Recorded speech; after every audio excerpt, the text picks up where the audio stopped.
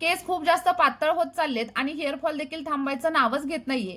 त्यासोबतच जर महागडे सिरम्स देखील वापरून पाहिले असतील पण केसांवरती मात्र काहीच इफेक्ट जाणवत नसेल तर थोडंसं थांबा, कारण आजच्या या व्हिडिओमध्ये मी तुम्हाला नॅचरल असा हेअर सिरम सांगणार आहे, जो अगदी घरच्या घरीच आपण तयार करणार आहोत आणि याचा रिझल्ट तुम्ही माझ्या केसांवरती पाहू शकता।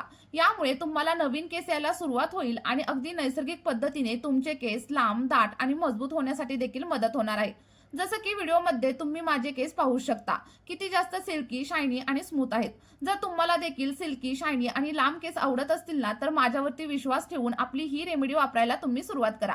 आणि त्यासोबतच व्हिडिओ तुम्हाला थोडा जरी आवडला तरी व्हिडिओला एक लाईक करा आणि हा व्हिडिओ तुम्ही नक्की कुठून पाहताय हे कमेंटमध्ये सांगायला अजिबात विसरू नका।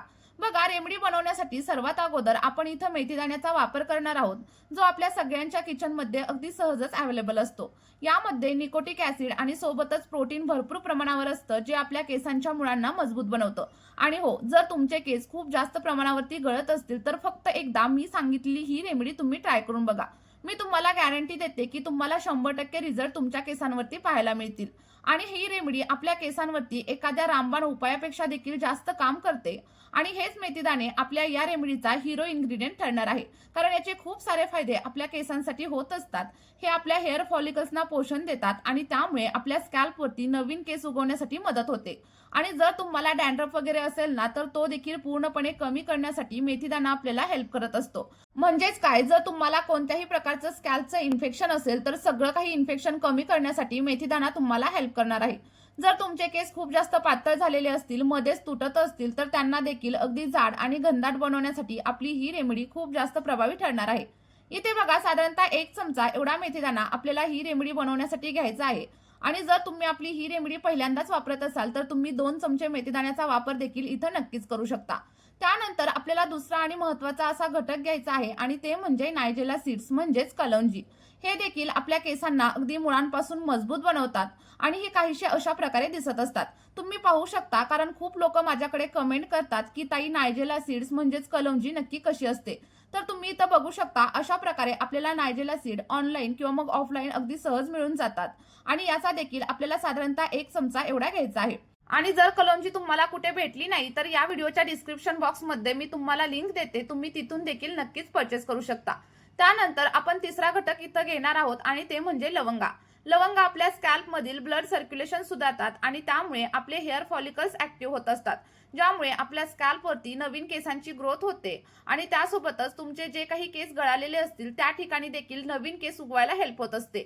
यामध्ये अँटीऑक्सिडंट आणि सोबतच विटॅमिन्स असतात, जे आपल्या केसांना अगदी मुळांपासून मजबूत बनवतात, ज्यामुळे अर्थातच आपलं केस गळणं कमी होतं आणि केसांची वाढ देखील अगदी झपाट्याने होण्यासाठी हेल्प होत असते।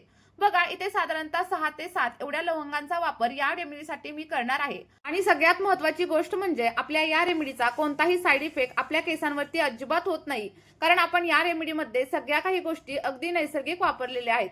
अगदी 3 वर्षांच्या वरील मुलांसाठी आणि मुलींसाठी तुम्ही या रेमेडीचा वापर नक्कीच करू शकता।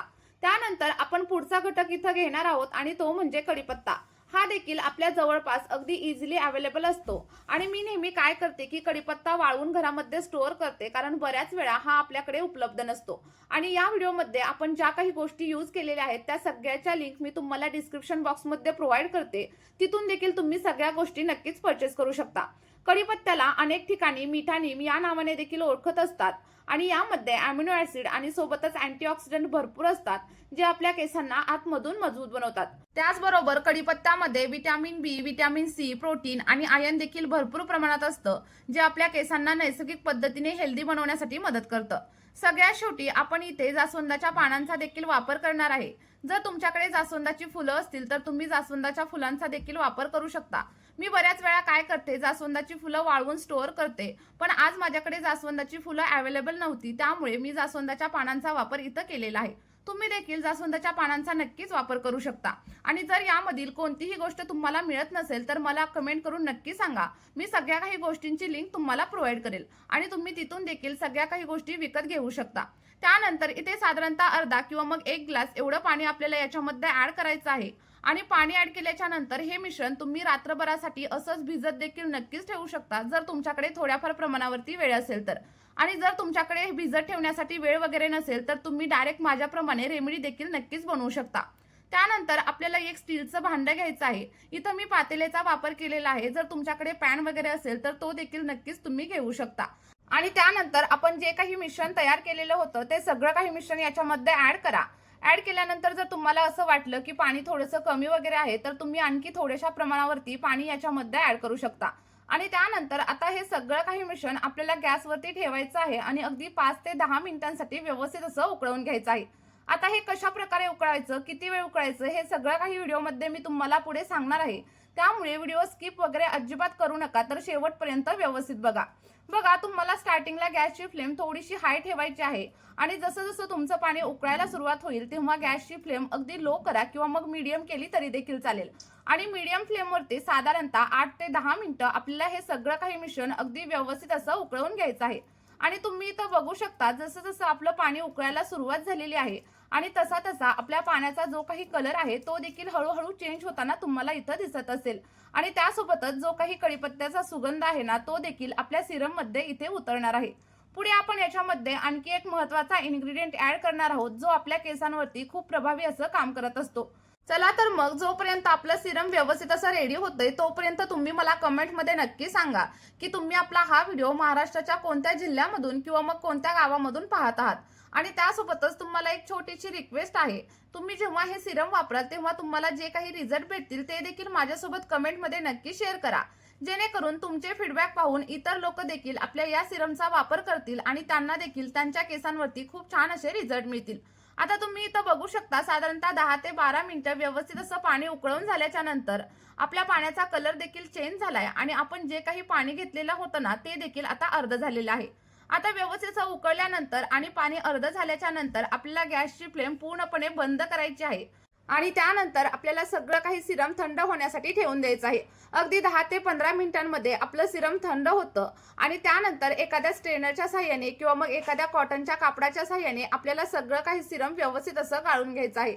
बघा, इथं थोडंसं गरम असतानाच मी सिरम गाळून घेतलंय, पण जेव्हा पण मी हे केसांवरती अप्लाय करणार तेव्हा पूर्णपणे थंड करणार आणि त्यानंतरच केसांवरती अप्लाय करणार.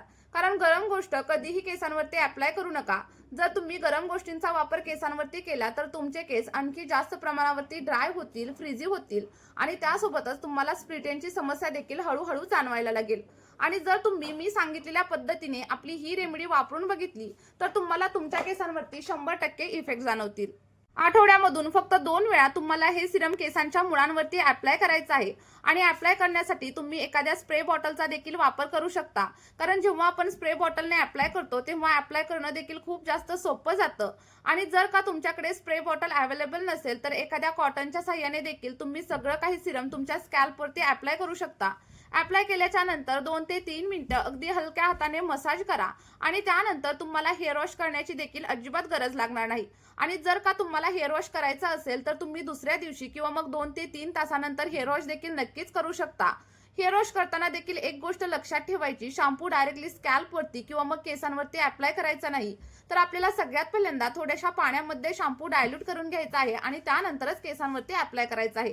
कारण जेव्हा आपण शॅम्पू डायरेक्टली केसांवरती अप्लाय करतो तेव्हा आपले केस आणखी जास्त प्रमाणावरती ड्राय आणि फ्रीजी होऊ शकतात. चला तर मग मी सांगितलेल्या पद्धतीने हे सिरम आठवड्यातून फक्त 2 वेळा सलग 2 ते 3 महिने तुम्ही वापरून बघा. तुम्हाला तुमच्या केसांवरती खूप छान असे रिझल्ट पाहायला मिळतील आणि जे काही रिझल्ट भेटतील ते देखील माझ्यासोबत कमेंटमध्ये शेअर करायला विसरू नका. आणि आपली ही रेमेडी तुमच्या मित्रपरिवारासोबत देखील नक्की शेअर करा. या व्हिडिओमध्ये इथेच थांबूया. Bye bye.